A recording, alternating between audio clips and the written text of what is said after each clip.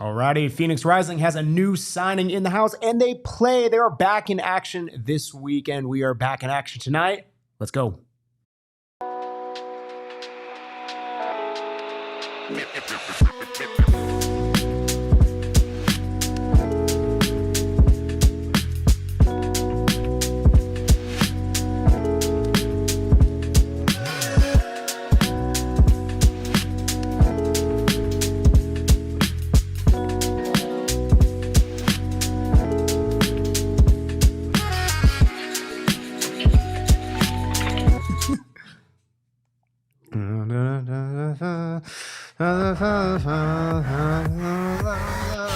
Oh my god, we just had him singing along to himself before the music even came on. Yeah, welcome into the PHNX Rising podcast. It's definitely not a musical performance, I can put it that way. From Studio K, presented by our friends over at Circle K. Make sure to get those 79-cent Pluripops Pops inside of your body. And it can be 69 cents if you're an Inner Circle member, of which you should do because you save that Polar Pop money, save that gas money, and all that good stuff. I am Max Simpson, and I'm joined by the man, the myth, the legend himself, Owain, the Oracle Evans. How we doing, buddy? All right. Yeah. All right. Just straight to it. We love it. We are doing all right. Let's crack on. Yes. Make sure to leave a like. Make sure to leave a like on your way in here. Got Damon in the chat. Yes, sir. Andrew in the chat. Let's go. Appreciate y'all joining us again. Hit that like button. And of course, make sure to stop by the phnxlocker.com. It is Show Us Your Kits Thursdays, but make sure to rep the PHNX Rising merch of your team. Check them out. Your club. That is Phoenix Rising, but with the PHNX spin on it. Andrew, Max, where'd you get that jersey? It is going to be, I actually get it, right? It was given to me by a friend. It is an Irish jersey. There we go. Of some variety. Yeah. Well, there we go. But hey, we got a lot to get to tonight. We got a new signing in the house, previewing tonight's matchup against North Carolina Courage, and looking. FC. Of course, encourages the NWSL team. We are not playing. We are not playing cross league. It's been a day. Yes, North Carolina FC. Thank you for that correction. And we are of course going to be looking a little bit further about just where this team stacks up with the new signings in place, and kind of on that subject. You had a chance to kind of catch up with the club and really kind of saying, hey, there's been a lot of games that's been played this season, especially with head coach or interim head coach Diego Gomez in the fold. What does this look like now with some new signings coming in? Yeah, so just to kind of contextualize this, I think we'll start from there, and we're going to start with, I know we had this joke a little bit before we came on air, but of course the North Star, as Juan Guerrero was always really intent on saying and repeating a lot. Yeah, knowing your North. But let's start with, so what would be success this season then for this team at this point? I think success in the season is obviously if you don't make the playoffs, if not a success. But success in the season, I would say, like to be more consistencies, to have more points per game than what we have had so far in the season. Then we depend also on other teams, so I'm not gonna give a exact position on the table. But for me, it will be to clearly have more points per game than what we have in those first 2/3 of the season. I mean, yeah, so crazy. it's 2/3 of the season. What I'll say is this. I hear what he's saying, and obviously you can only really plan for where you're going forward. I think I personally think the right way to do it isn't to look at like the 2/3, so the last 5 games included. I think the right way to do it is to compare the pre-Danny Stone departure versus the post-Danny Stone departure. And in that case, when you look at it from a points per game perspective, to see whether you think that this team has realistically, done better than they have under Danny Stone. They have 12 games remaining to finish with a better points per game, or more points just in general, to be fair, because Danny Stone was there for 17 games. There are 17 games remaining. Well, 17 games including the 5 that have already been played under Diego. This team would need to get 17 points out of their last 12 games. So that's 5 wins, 2 draws, or you could do it with 6 wins to ultimately outperform how they did under Danny Stone in the post-Danny Stone era. So that's one thing. But as you think about it and think about some of the teams you have to play, Louisville on the road, New Mexico on the road, top of the West. Sacramento on the road, second in the West. Oakland, who are up there, you've got them on the road as well. Memphis, who are coming into it now, you've got to play them at home. Yes. That's 5 games. Yes. Of the 12. If you go down the 5-win-2-draw route, you can only afford to lose 5 games. You can afford to lose a 6th if you win the other 6. You could go 6-6. But otherwise, you've got to get points out of at least 7 of your games. And it's going to have to be of the 5-wins-2-draw variety. When you start dropping those points, it gets difficult, right? And you could do it with 5 wins and 1 draw would match what Danny got. But I don't think that's, again, the team have made the decisions they felt they had to make at the time with Danny Stone. I understand that. I'm not going to argue with that one at this point. Again, we've been through that more than enough. But for it to have been the correct decision long term, you're going to have to see, I think, the improvement even within this season. And right now, we haven't seen that. But now that's the challenge for the next 12 games. And of course, they have made acquisitions since. They have made changes. We've seen Charlie Dennis come in. Yes. We've seen Tomas Angel come in. We've seen, of course, Joel Margarita coming in as well last week. And now today, there's another signing. Darius Johnson. Darius Johnson. He is a Grenadian international, although he's born in London. And he comes in as a winger with experience in the top flight in the Netherlands. But overall, just especially looking at these last couple with the wingers, I do think we can get a little bit of context on some of the signings and some of the things we that love we're a looking good for. Context. Let's get some of that context now from Diego. Obviously, the 2 players that you brought in, both of them are wingers. What is it that you felt the team was missing in those areas? Well, we talk about it from a little bit of time. It's not something new that we were talking, like with Danny leaving, with Danny Trejo leaving last year, and with Carlos Harvey leaving also. So we were talking a lot about players that are able to beat players in a 1v1, which is crucial for every team. We felt that was something that it will be a good addition for the team. So it's now also, I think, with the system that we are playing, it's even more of a very good fit for what we are trying to do. So I think it makes a lot of sense. Yeah. So again, we've mentioned this and we've spoken about it on the pod, obviously. Since Diego comes in, they do look to use wingers more than they used to. Obviously, It wasn't really a Danny Stone thing to do that. It wasn't really a Juan Guerra thing to do that. They are doing that now more under Diego. Different ideas, slightly different tactics. And so bringing these players in, they do better fit what it is that he's aiming to do. If we look at Darius Johnson specifically, and you think about who he is as a player, someone who, and I think this is what was most interesting, is that a lot of his data, when you look at it from his time in the Netherlands, shows him to be a very good winger in the sense of his defensive actions, his involvement in the press, his involvement in making clearances and getting involved and being able to contribute defensively, which is also good to an extent when, again, this is a team that has at times relied on wide players to help with defending. It's good to have a bit of that in there as well. You kind of know it's not a like for like necessarily. We kind of remember you noted for maybe the lack of attacking attributes. That's one thing you liked it.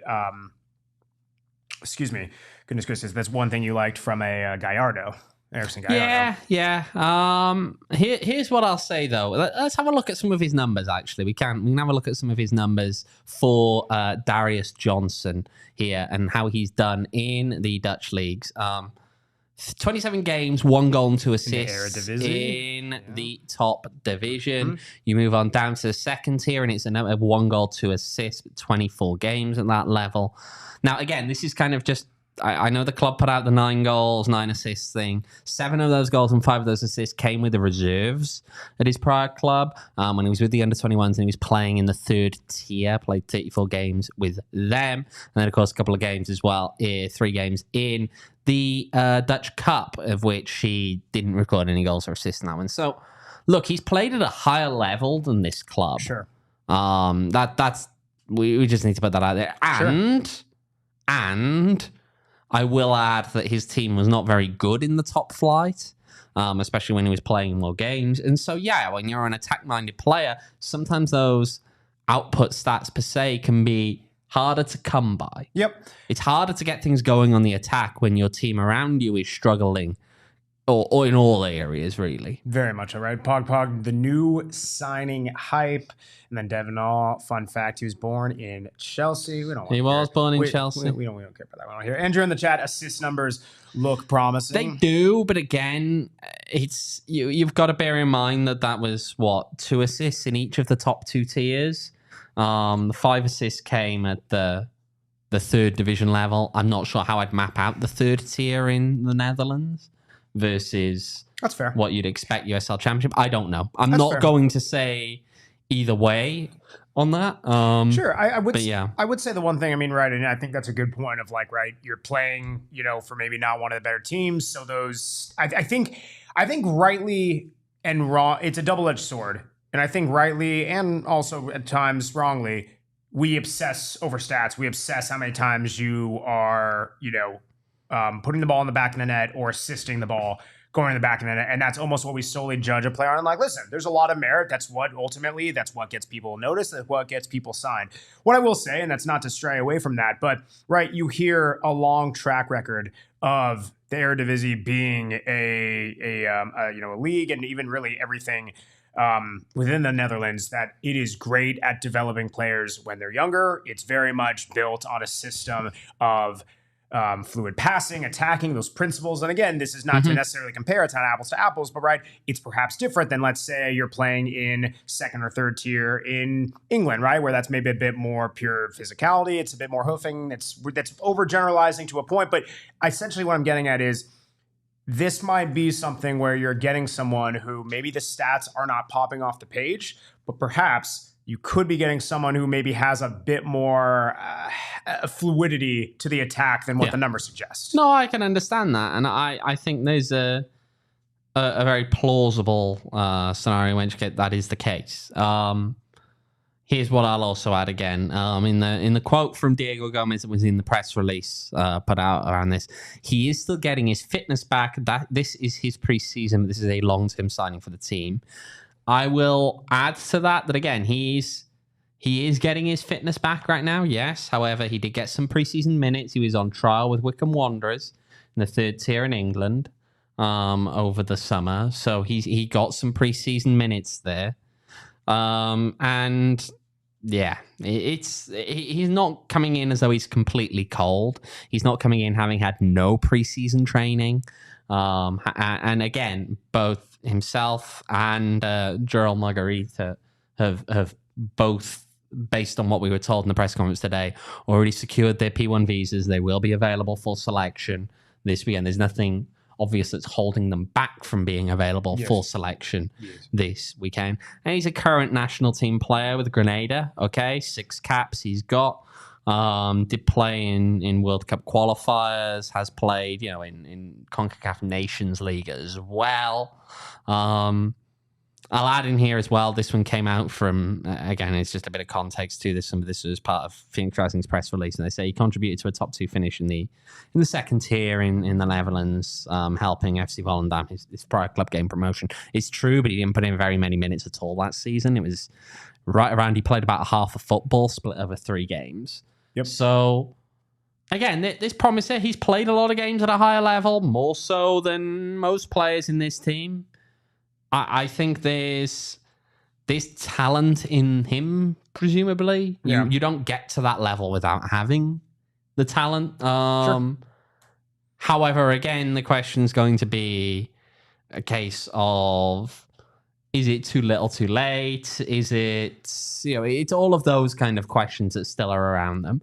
Getting these players into match sharpness, getting them used to their teammates, getting them into a position whereby they're going to come out and really perform. I mean, you're dealing with guys who also haven't played in this heat in Arizona, and what you can maybe expect. I mean, I'm not sure what the temperature is likely to be at the moment on on Saturday, but I'd imagine it's not going to be particularly cool. I'll put it that way. I mean, the temperature at kickoff is going to be somewhere probably between 103 and 97. Oh, that's beautiful over the Phoenix side. maybe. We love that. That's great. That's Yeah, it's going to be right around 100 That's degrees hoodie when it comes weather. in. Get your hoodies at phnx.com. Maybe not. I don't know. We'll see. But it's going to be hot. It's going to be hot. Well. There were some other injury updates. Just to go off with the news signings, to give some injury updates. Mo Traore, he's expected to be available for selection this coming weekend. Remy Cabral is, and I'm thinking of that now because Andrew bringing it up in the chat about where would Cabral play. Good question. Not entirely sure where you'd choose to play Remy Cabral. You've also got to remember here that sometimes playing him in a different spot, you don't know what the parent club wants. All of those things can come into this. Care about your kids. Right? There's a lot of different factors. So here we go. We'll clip that and send that up to DMVR. Do it. Okay, fair enough. But there's a lot that goes into that decision and how you manage that. But Remy Cabral is probably in a questionable touch and go kind of state right now. He may be available, he may not be. John Stenberg, we were told, is definitively out for this weekend, will not be available for selection this weekend. So we will see on that front. But that's kind of where Rising are. Yeah, hoping guys get rested. I mean, I think, right, as we've kind of seen, you've seen a lot more. Well, even with John Stenberg missing and whatnot, the defense has been relatively unchanged, been relatively consistent. It is, again, this influx of attacking players, guys coming in, everything like that. And even in the midfield as well. That's where I think it's going to be the most question marks, and that's where it's going to be, taking the most time. So we shall see. And hey, what better time because we have a match again this weekend. Yeah, there is a match again this weekend. It's weird to kind of have that week off, but right, do face North Carolina FC as we do on these. We'll take a look on the Rising perspective first. Again, we will get into North Carolina and kind of diving a bit deeper since Rising last played them. But this is kind of one of those where Rising, they're at home, need the 3 points. Hopefully, should get the 3 points. Who do you expect and want, I should say, to step up, have a big match in order to contribute? You need Tomas Angel to get a goal. Bang. Said it. There it is. Can't understate that. I can't. You just can't, go mild on that. He needs to score. Okay? You need to get your striker confident in form and finding the back of the net. Especially with the week off in between, getting acclimated. Let's go. Exactly, right? The game. He's had a couple of games You've had that off. two-game period. Okay. Hit the ground running. Let's go. He had a week off. He's had a couple of games. Now is the time whereby, again, you need results to start coming. And the way you're going to start getting those results coming, you need your new number 9 to start scoring goals. I mean, lest we forget, this has now been over 3 weeks since he was announced from the club. Yeah, that he joined. right. And again, it's only been 2 games that he's played, one of which was on incredibly short notice. So it's fun. It's understandable that he hasn't gotten one yet. But the drought can't continue for too long because you end up in a case whereby, again, it's the confidence factor. It's all of that goes into it. He had some good strikers, when they movements. get into some good moments, I don't know. We'll see. We'll see. I know. But again, it's going to be a big one for him. I think at the very least, he needs to get an assist. He needs something to feel like... Get a goal. I know you want the goal. I agree. But at the very least, I mean, if he sets someone up well and you look at it and go, fair enough, you can take some confidence from that. That's fair. Okay? The key thing is he needs a goal contribution. Preferably a goal, but he needs a goal contribution. I don't hate that. Because again, you're an attack-minded player. You need to be getting yourself into those positions, getting yourself into, onto the score sheet, or at the very least get an assist for your own confidence to help buoy the rest of your team up. There's so much that you just need them to be clicking because, again, you've got a rough stretch coming up. You've got some important games, okay? You have to remember, after this, they travel away to Loudoun. It's a long trip, okay? Yeah, Loudoun, but they're a little bit better than they normally are this season. And dare I remind what happened the last time that Phoenix Rising traveled to Loudoun. Don't underestimate them. You never know what can happen. They just came off that's where we're at. They just came off of a win against Tampa Bay Rowdies. They have now done the double over Tampa Bay Rowdies without conceding a goal to them. Come on now. What are we doing? Yeah, I mean, we're undefeated. Come on, let's go. Tampa Bay Rowdies. All right. But That's a critical one. Then you have Tulsa, who that's a 6-pointer because they're right around where you are in the table. You have to get a win in that game. At the minimum, you have to draw that game. You cannot afford to lose to Tulsa. Then you've got away to Sacramento. Difficult games. These are difficult and high-pressure games that are around the corner. We got Devin. You can't leave things We're not quite at score predictions. We got Devin on the chat, Margarita, and I'm going to be assuming Wyke goal scorers. Yeah. I mean, listen, how about this? From last time these two teams played in the Open Cup with Rising winning 2-1, Juan Carlos Azacar, Julio Dortiato, either of those two players scoring. Come on now. Are they due? They're not due. No. I'll tell you the other person who has to step up and contribute in a. No, there's one other important player. Give me a second. Let me guess who it is. Okay, I'm a guess. Okay, go ahead. No, because you say it and I'll tell you if you're right. I'll just say it after. You say it and I'll tell you if you're right. Come on, Max. You gonna say Charlie Dennis? I am, and why? I am, and why? Because again, he's a player who I think you've got promise from. There's an understanding again that. Look, he's a guy who has talent on that team, but it's not enough to have talent. It's not enough to just get between the lines and find ways to move. You've got to actually do something with it at the end of it. Bang. And that's on an entire team, okay? It's not always easy. I have seen him make one or two runs where sometimes you look at him and think, wow, if they picked him out, you could have done something with that. And unfortunately, they didn't. But you need some of these guys who've come in to start getting in a point where now they are not just passing the eye test, but they are making a big contribution towards securing 3 points. We know that some of these boys have the capability of doing just that, but now the challenge, of course, is to take it that step beyond and it not just be like good promise, good little look, eye test, all of that. It needs to become actually grinding 3 points out. Because bear in mind, right? Rising's last 2 home games, I've seen people be a little bit more positive about the way they've played in the last 2 home games. Sure. One of those is against a team that is a bottom feeder. El Paso Locomotive are a bottom feeder. That's crazy. That's played them at home. 2 home games. Okay. It's been so long. Yeah. Okay. It's been forever ago. Not great. Tampa Bay Rowdies have fallen off a cliff lately. Okay. Yep. I mean, let's be totally honest. In fact. 0-0 draw away to Rising. You could maybe make a case that, defensively, it was Tampa Bay Rowdy's best result in the last 4 games. Yeah, I mean, listen, I don't disagree with what you're saying. Right, again, Tampa Bay has fallen off a cliff. El Paso has been poor. I mean, listen, you can only play who's in front of you, and yes, Tampa had chose a particularly great couple matches to implode.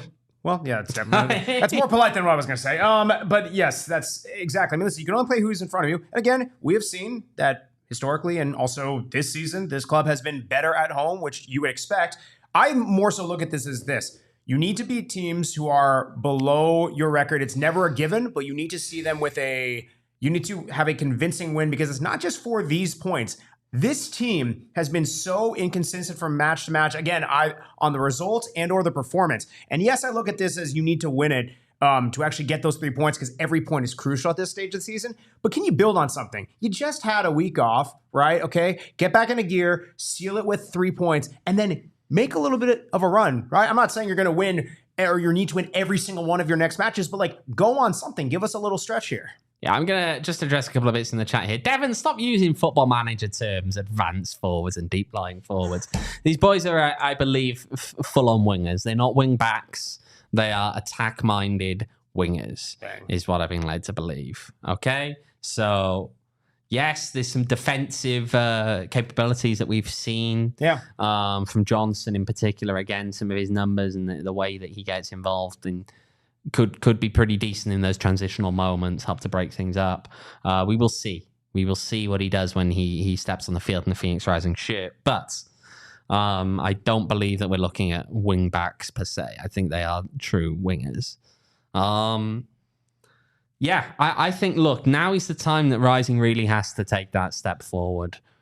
We've noted the fact that from last season, this was the point where Rising went on an unbeaten run. This was the point whereby they went unbeaten for the next 10 games. Sounds about right. you have to put a good foot forward now, because there are difficult games down the line. And if you don't take points when they're sitting at you on the table, I'm not saying North Carolina are an easy team to beat. I'm not saying that Tulsa are an easy team to beat or Loudoun are an easy team to beat. But they're also not Louisville away. They're also not Sacramento away. They're also not, based on how they've broadly been playing this season, even if they've had their little wobbles here and now again, New Mexico away. These are teams that have all been playing well throughout the course of this season. And so these games now are definitely more winnable on paper than some of the ones that are coming later. It's why you have to put that foot forward now. Because again, we mentioned it at the start of this pod. Where's Rising's North and what are they aiming for? And it's boosting that points per game. But how do you do that? You've got to get these points in the bag now, because otherwise, when you're going away to Sacramento and you need a result away to Sacramento, you could well be in for a rough time. Yeah, you could be. You'd also be in for a rough time if you don't hang with our friends over at Circle K. Circle K, right, as we're coming to you after the break. Circle K, it's a great time to join in on their Inner Circle program. Get that Polar Pop 79 cents. Look at this beautiful Circle K sign right below me. Oh, here we go. We'll let this little on the mic stand too. It's looking great in here. Got all the snacks to choose from, but listen, a lot of snacks that you can choose from back here. Or Kyle, he's going to shoot one. Oh, no, he's going to throw the wiggly he's worm a little bit again. lower than he did last time. Sour worm. Tuesday, he high-pointed that, and I appreciate it. Oh, yeah, he's getting a little stretchy. You can't see this, right? 79-cent Polar Pops, 69-cent Polar Pops, and Frosters. If you are an Inner Circle member, we got a sour Wrigley gummy worm. Here we go. Let's go. That's how you locate the ball. You find it, put it in the back of your net, roof it in your mouth. Check it out. Circle K, Inner Circle program. They got great stuff. Keep talking while I chew this. Go sign up for the Inner Circle program. Gosh, that was great, Owen. You did fantastic. Yeah. So proud of you. Do it. Really well done. Go. Yes. Terms and conditions to apply at participating locations or locations. For details going in before, during, and after. You know what? Actually, I will say this. There was like everyone that was asking me when I was in Springs, how'd you get a Polar Pop in here? I think it's going to be my thing now. I'm just going to be snagging. Phoenix Rising Security, if you're looking at this, I'm going to be smuggling Polar Pops into the stadium. There we go. That's all I got. Reese is just pulling the most disgusted face. Got him. Right now. Yes. Check out Circle K, baby. The hot dog helper. The hot dog helper. I'm going to address something in here from Kevin just quickly before we talk about North Carolina. If we lose the next two games or even draw the next two games of the season lost. On paper, no. Because here's what I'll say. Right now, Rising has a challenge to make something of this. Okay? It's tight. It'll be a challenge. Every dropped point in games, like say these next two games, you're moving that difficulty up by a lot. We always say this is it's making your margins as large as you can make them, because a season's never going to go according to plan. You're always going to have injuries. You're always going to have wayward results. It's always going to happen. It's never a doubt. That's why we always play this game not on paper. But I think that's exactly it, is you make it so much more difficult for yourself. And what you're kind of saying... Ignoring games like Sacramento, ignoring games like Louisville, which, again, we're expecting they drop points. Right. That's why you have to get these points in these games. That's exactly it, is if you lose those next two matches, those ones where you're like, we're kind of... the team is never going to think this. But, right, you're kind of, we do this as fans, right? You do this from the outside perspective of, hey, which ones can you afford to drop points, or logically kind of budget of, hey, if we need this amount, which ones are the more winnable ones? If you lose those next two matches, those ones that you were maybe budgeting for, you're like, oh, bleep, like we actually now need to get something from here. That's not a fun place to be at. It changes games from being ones that you want to get a result in to ones that you have to get a result in. And that's never a place that you want to be in. It doesn't change the fact that this team could, again, you've got some new players. If they turn out to be really good and they take an extra, couple of weeks to really pull together what exactly they're gonna look like, then maybe they do go on a run a little bit later, and it's enough. The league is so tight; it's so messy right now. always really messy just how tight it is. But yes, it's going to be an interesting one. We'll see. We'll see. We shall see. We shall see. But, right, it's kind of previewing the opponent again. A lot of people are going to think, hey, whenever you play an opponent second time in the season, and again, this is a unique one given that we played them in the Open Cup, which has a boatload of caveats itself, not to mention, right, we're playing 10 on 10 for the entirety of the second half and into, even going into extra time. So you have to keep that in mind. But this is not necessarily the same North Carolina team that Rising beat 2-1 in that Open Cup match. And you actually were able to catch up, get a little bit more insight on that. Yeah, let's have a listen now to Diego Gomez on North Carolina FC. I think it's a team that is playing the same system. They didn't change much in system. They have changed their performance, where it's a team that when we played them, they were, I think, bottom or second to bottom on the East, and they has been doing much better recently. It's a team that they have a lot of quality on top with Anderson and Conway. I think there are two players that are very, very dangerous in a different way. Probably Conway more to feed and with the capacity to drive and go against players, and Anderson attack very, very good the space. So are two players that we need to be very, very aware of them. Good 2-6s on the ball. So that's a team that we expect them to be. And then a team that when they get in a low block, it's difficult to break them down. So we need to be very good on the ball and also see our opportunities if we can hurt them when they are more in a mid block. Yeah, look, they are a team. I mean, he mentions Evan Conway there obviously is a big threat on that team. Yeah, and we've known that. Historically. We've known that for a while now, okay? He did really well in League One. He's done pretty well with San Diego. He is a dangerous player. He is a threatening player. And not necessarily the kind of guy that you really want to come up against. Yeah, I mean, listen, I think it's one of those things where you can always kind of go off of how a club is doing, how their recent form is, but this is where you can't get in the danger of saying, look at a team's record, look how good or bad they're doing. Everyone in this league, there's no one who is miles ahead other than some of the real bottom dwellers. I mean, you can't rule anyone out. And even then, we've seen Rising drop points at home as recently as even last season to very, very winnable games. Like you just can't rule that out, especially, right? Also, knowing the form that this club has been in, it's not like it's been red hot, both in results and or performances. Yep. Like you just can't take those for granted, right? So kind of looking a little bit further since North Carolina FC has played Phoenix Rising. Got a little, let's have a look at some of the stats now from North Carolina. For you. 14 games played, 6 wins, 4 draws, 4 losses, 23 goals scored, 14 goals conceded. Those of you doing the math at home, a +9 goal differential. And of course, I was mentioning the top scorer, Evan Conway, with 8 goals. I mean, listen, even looking at that right there, playing above 500, for as those say, you have a positive goal differential, +9. That is no slouch. Again, Rising on the season. They're in a negative goal differential on the season. And your top goal scorer finding form. I mean, that's no things to shy about. Well, the key thing here really actually is you look at that goal scored, right? The goals conceded number relatively similar for most of the season. And Diego brought that up, right? They are a team that know how to defend. 1 goal a game know how on to average. sit in the box. On right, average. they're all right.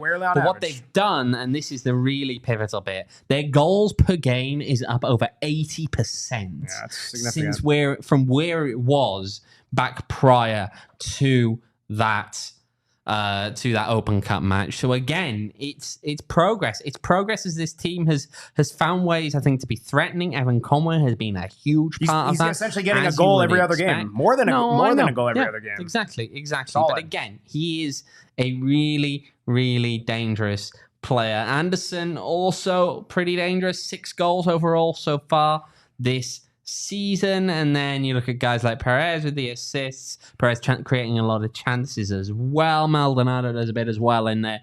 So again, this is a team that, and they have some other players. Of course, Evan Conway, not the only player that came from San Diego Lobo. They have Colin Martin in there as well, which, another player that Rising fans will recognize in there. And look, overall, I just feel as though this is a team that's They are a little bit better, I think, than they're playing quite a bit better, to be honest, than where they were in that cup game. And the number of real takeaways from that cup game, there's not that many that we could take away because, again, you muck it up. You're at 10v10 at half time. It's a cup game. It's messy. I will say that Paco Craig's still a player who I think is a particularly interesting guy in there. Got the red card. He did get the red card, but again, he's someone who can be a presence in defense. So, I mean, yeah, interesting. Here we go. Question for you. What is more likely, and I know I kind of asked it earlier, but let's revise it. One of the two rising goal scorers grabbing another goal or White getting sent off? I'll say White getting sent off, and that's not necessarily a... So wait, were you saying one of the two or both of them? One of the two.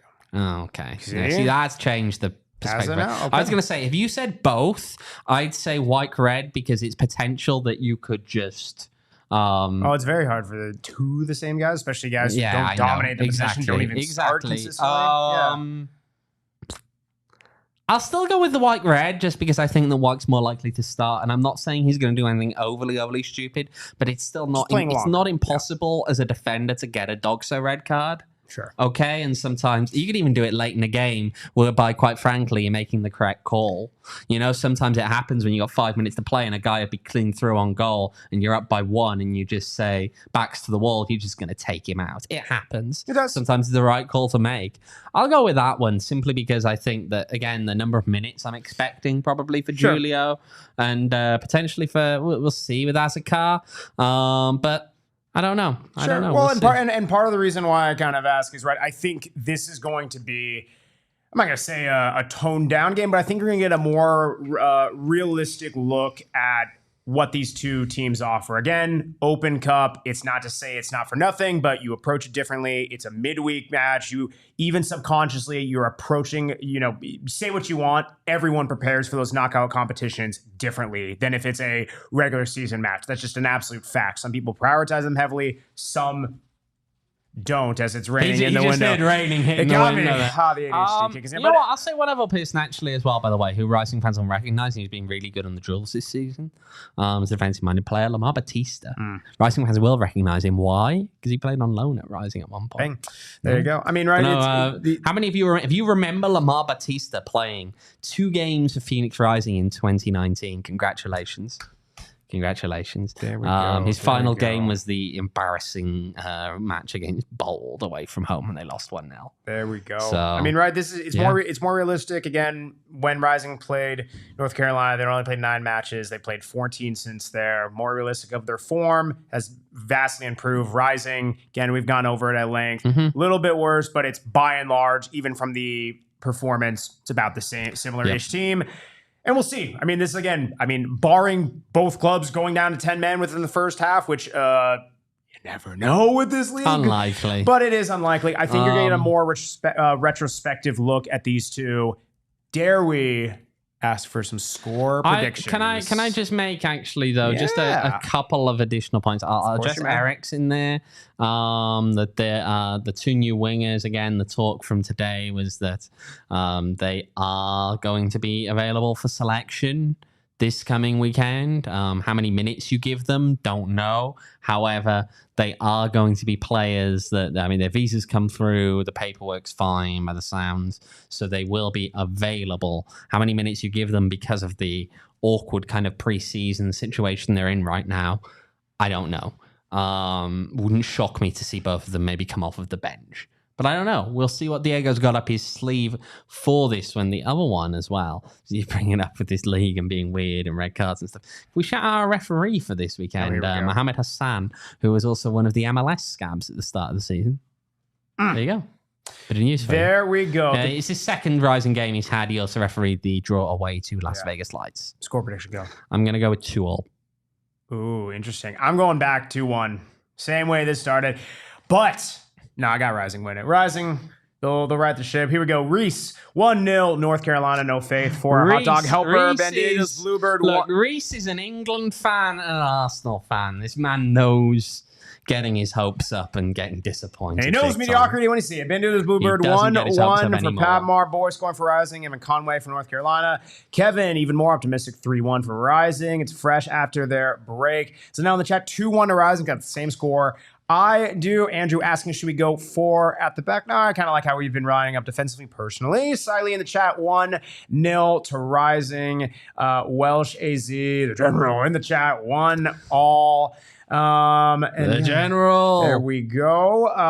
Yeah, man, we got the scores. Yeah. So we got 2-all. You got 2-all? Kyle. Okay. Kyle, who we got? 2-1 North Carolina. Ooh, negative producer Kyle. I'll give you one other thing here. I know people have been chatting about the crowds, and obviously I don't think it's a shock to anyone that the crowd at the last game. I'm going to describe it as disappointing, incredibly disappointing. And last time I checked, I can't say, obviously I'm pulling up the USL website now to just check if the club has actually announced an attendance for that game. But last I checked, they had not, and that was several days after the game had been played, when pretty much everyone else had at that point already published an attendance.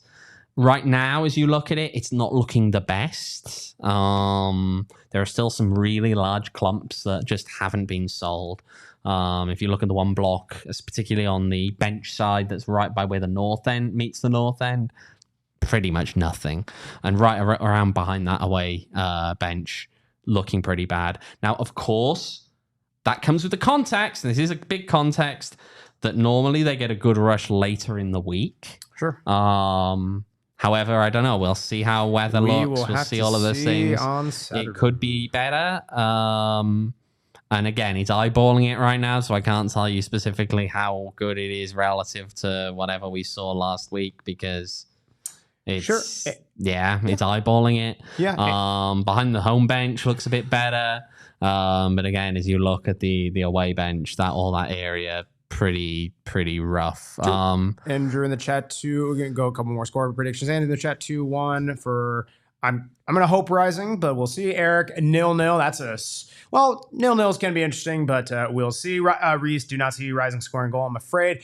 Edwin in the chat, need a Carlos Harvey type of player in the midfield. You're darn right, not just for this match, for all season. And definitely with last home game the Cardinals were playing at their stadium, I don't buy that for preseason, but I do buy it for the D-backs, World Series rings and all that stuff against those dreaded Phillies. But this is not the PHNX Diamondbacks podcast. I will say the big thing that makes it hard at this time is weather, and I think actually the fact that we're seeing more like rainstorms and risky stuff like this now, I wonder if that will impact the not true walk-up crowd, because again, we're dealing often with, say, 48 hours from kickoff, in advance. Give me the humidity. I want it. But you might, but I'm not sure. I'm not sure that helps sales. People look outside and see rain the day before and think, remember that time we did the post game on the roof and you were like showcasing your sweat stains? No, you were showcasing. You were the one who went up to the camera with your arm. Well, after the break, we'll talk a little bit more about USL, but I'll tell you what, I get sweat stains if I'm not drinking at our friends at Valley Tap Room. Valley Tap Room, they're just a darn good time. I'm perspiring because I need a nice cold beer from there, and I got 2 locations to do so over at Gilbert and Queen Creek. Queen Creek's a nice, larger venue for those of you who are on the east side. But Owen, did we experience a certain something at the Gilbert location? Yes, Spain saved football. And are we seeing a young Stalaki / hot dog helper looking a little sad in an England kit? He's wearing the official kit of Bottlers. Well, you can get They've got bottled beer at Valley Tap Room as well. Bottled beer, canned beer, draft beer. Everything for the bottlers. So many taps. So many taps. If you don't want bottle, if you're not a big England fan, and they love to bottle it, they got 30 taps there. Sounds about right. Oh yeah, lots of can options, all that stuff. Check out Valley Tap Room. Shout out my man Donald. Go there, he'll hook you up. The 2 locations again, Gilbert and Queen Creek. Follow them online at Valley Tap Room. And of course, check them out at valleytaproom.com. All righty. Listen, we got a couple things to go to. This is a first order of business. Also, Devin, I'm just going to say this now. I'm sorry, but Who really cares about... The reason the tickets were cheap is because preseason American football is awful. It is awful. Okay? Yeah. And I say that as much stick as I give American football as a sport, a good actual competitive game can be really good to watch. But preseason is... You've got to be a sicko to actually enjoy that stuff. Listen, other events are going on. It's always going to, take away some fans. But, I mean, that was for how many were not there. I think it was the worst non-cup, non-friendly crowd. I don't think you can.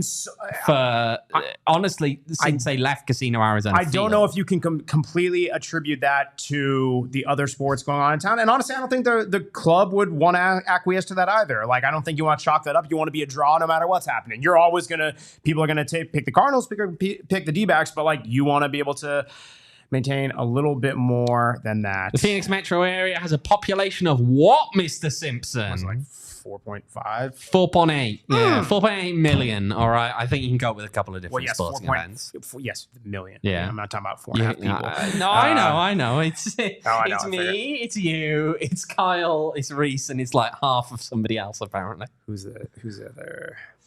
Well, we'll determine later. Yes. Okay. This is a question so again, keep in mind, this is coming from the hot dog helper himself. So bear that in mind. I already have some questionable choices. He was asking, fish and chips, do you eat with a fork or knife, or do you eat with your hands? He's already asked me about this. You did. Chat chime in as well, because I had a very obvious answer, and he was like, "Oh, I know better than that," and the man's crazy. No, hang on, because he's arguing a minute. Let me give you the correct way now. I think if you go home with it, you can sometimes put it on sometimes emulate it with not your own knife and fork. But if I was out, at best, you're getting one of those silly little, tiny little proddy ones. Yeah. And half the time you just eat with your hands. No, you eat with your hands. That's the answer. That's the correct answer. Let him know, Kyle. Ask him. It's that, or it's one of those really, really tatty little wooden things. Yeah, you know what? You try it for the first two chips and then realize you're not really doing anything. Kyle is a more well-cultured individual than any of us. Kyle, what would you do? Eat it with your hands. My man, exactly. Go in. Exactly. Yeah. I mean, Reese is in shock. I've never heard of eating with a knife. Never heard. Yeah, it's insane behavior. That's insane. No, that's insane. That's insane behavior. That's insane behavior. Yeah, the wooden fork, I get that, Kevin. But again, the thing is that you start with the wooden fork, and then after about two chips, you remember why you don't use the wooden fork, because it kind of prods in and does nothing. All you do is split the chip in half. Devin, I'm eating with my hands. Okay. It's valid. Chopsticks? All right. Actually, back to football. Quickly. Back to football quickly here now. Should we talk about NWSL news? Yes. Because that's, I think, actually really big news today. The NWSL and NWSLPA agreeing a new collective bargaining agreement that will abolish the draft on the women's side.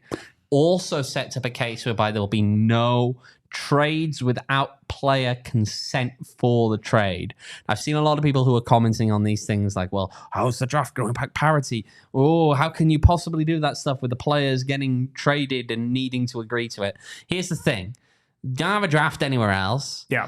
Parity per se, I'm going to say it now, comes from the fact that you let half your teams into a month of insanity at the end of the season. Okay? And not to do with the fact that they're constantly all roughly much of a muchness. And players manage to not move between teams without their own consent in every other country. I think you'll make it work. I don't disagree. I do not disagree there. Let's see. Chat's still going on about chip talk. Okay, while we're looking, here's the other thing. Reese, and I'll give you a chance to. I can tell people, but how'd you lose 2 matches straight off the bat from penalty, including the North London derby? And you were bragging. You were bragging about your FIFA prowess as of late. One me and Kyle remember, and that's the. Oh, here we go. I only remember the third match. Oh, yeah, selective memory, Kyle. Is that right? Oh, yeah. Boy, Devin on the chat with Landon Donovan's a great coach for San Diego Wave. There you go. Just to bring up this one that Kevin's now asking, by the way, about what's going on. San Diego Wave, by the way, Devin, not San Diego Loyal in CONCACAF. San Diego Loyal are, as they say, in a box. San Diego Wave is in NWSL. To Kevin's point here, isn't there a Champions League spot if Indy 11 win the Open Cup semi-final they're playing next week? Maybe is the answer. And the reason why is this. Indy 11 will play Sporting Kansas City away from home. Do it. In the semi-final. Do it. If they win, they will face either Seattle Sounders or LAFC in the US Open Cup final. LAFC has already qualified for the CONCACAF Champions League by virtue of reaching the League's Cup final. Therefore, in the event that LAFC reach the final of the Open Cup, the spot will, on first instance, revert to the runner-up, or whoever they're playing, be they the winner or loser in the final against LAFC. Bang. So, in that case, yes, if LAFC face Indy 11 in the Open Cup final, Indy 11 will, regardless of result, have qualified for the CONCACAF Champions Cup for next season. That's an absurd thing. That's awesome. Yeah. There you go. That's USL, baby. And of course, that's happening because LAFC got the big win over the Pids. 4-0, wasn't it? Sorry, DNVR. It was sorry, DNVR. That was they kind of demolished them. But again, I mean, the Rapids were so bad last season that you take the victories. I'm sure. That's like the nicest thing you've ever said about them. Well, they're on the up. I'll say that they're on the up relative to where they were. They were terrible last season. It was, but they're top 4 in the West right now, and they made it to the League's Cups. No, I literally just looked it up. No, you love I vaguely knew that they were doing better. No, than they were. You knew intimately. I absolutely do not. You research them day in and day out. You get inside information from. No, okay, that's I'm not going to start those.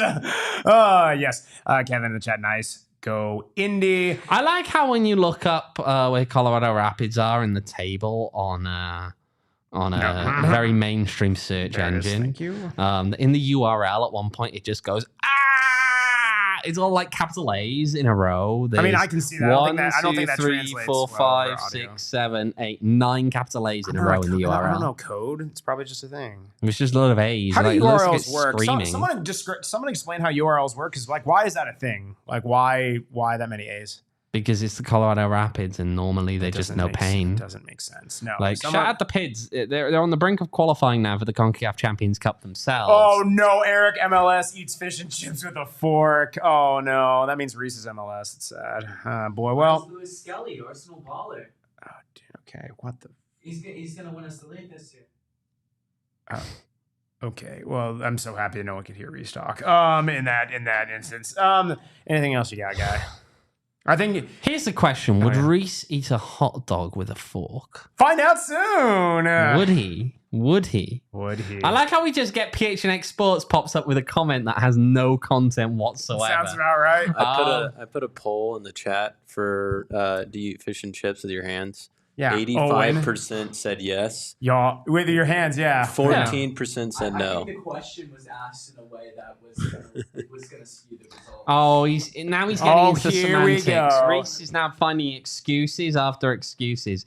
No, Reese, cease with this. I think you've got to listen. The fact that Owain and I are agreeing on something, you know that you're in the wrong. I'll put it that way. Yeah, that's strange. Exactly. We don't agree. We don't. We argue. We do. We argue a lot. Like the little brother never had. Well. Yeah, that's it. Yeah, man. Appreciate that. I'll do it. Appreciate everyone here joining us on the PHNX Rising podcast. Of course, make sure to leave a like. Hit that phnxlocker.com. Also, you guys are looking for a little fantasy football fix, right? I would suggest the following. You want to watch Max embarrass himself? He plays in this league, apparently. That is it. Make sure to take a little live watch week from tonight. You're having a nice little social night out, aren't you? Yes, it is. Down at where are you going? The Gila River Resorts and Casinos at Wild Horse Pass. Wild Horse Pass. Yes. There's a blast from the past. Wild Horse Pass. Darn right. You go down there every other week. A little PHX Fantasy Football League. I will be drafting. I'm pretty good at this whole fantasy thing. Here we go. Check it out. Max is a big draft guy. It's why he's really upset about the NWSL CBA thing. Well, I mean, I'm just... Yeah, go. Maybe Max will buy you a drink if you show up. You love doing this. You love doing this. Well, you abandoned me for the show for that day, so I think that's perfectly fair. I mean, listen, I'm doing my duty. Fair. I'm doing my duty as a PH guy. No, you know what? You show up. No, fuck. You show up, I'll buy you beer. Fine. There. Yeah. There you buy go. beers if you show Fantasy up. football at draft Wild again, Pass August and say 29th, hi 1 to week from today. Hero Resorts Casinos. We got food and drink specials, all of good stuff. You can, right, and also start time works out pretty well. Come through anytime after 6. Draft starts at 6:30. You can watch the show at 6. From there, the PHX Rising show, and then boom, right into the fantasy football draft. So there we go. Check it out. Have a good time. But of course, in the meantime, you can follow us at PHNX__Rising because double the underscore. Double the. I don't know. I'm just going. Hands that we're using to eat fish and chips. Not like a loser with a fork, Reese. You can follow me on Twitter. We are really going for Easter there. You can follow me on Twitter at Max David Simpson. You can follow Owain on Twitter at OJEvans18. You can follow the Hot Dog Helper / Statlackey / the Fish Finger Bandit at Reese11_. And you can follow producer Kyle on Twitter at KCoopSports. Appreciate it. We'll see everyone. Whoever's in person Saturday during the game. If not, of course, join us for post game. Well, I would say directly afterwards, but you know the spiel. About half an hour afterwards. It's a beautiful game, but it's much more beautiful when you use these things to eat some fish and chips. Good night. We all silly like the mayor.